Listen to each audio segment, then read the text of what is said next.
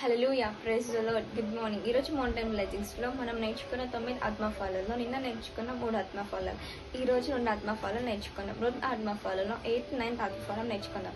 స్వార్థికం, ఆశ నిగ్రహం. స్వార్థికం అంటే మనము తగ్గించుకొని ఉండాలి. పొగరు, అహంకారంతో ఉండదు. మనం ఎంత తగ్గించుకొని ఉంటే దేవుడు మనల్ని అంతగా హెచ్చిస్తూ ఉంటాడు. దేవుని యందు మనం తగ్గించుకొని ఉండాలి. ఇతరుల మీద మనం పొగరు కానీ గర్వము కానీ ఎప్పుడు కూడా చూపించదు.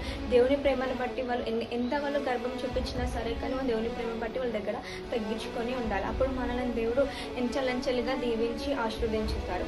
ఆశా నిగ్రహం అంటే మనము ధరము కలిగి ఉండాలి. నిబ్బరం కలిగి మన హృదయాలను మనము ధైర్యపరుచుకుంటూ ఉండాలి. దేని చూసి మనం భయపడొద్దు.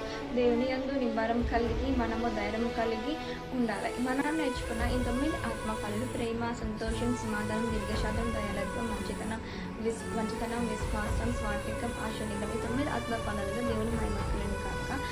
ఆమేన్. హల్లెలూయా. వండర్ఫుల్.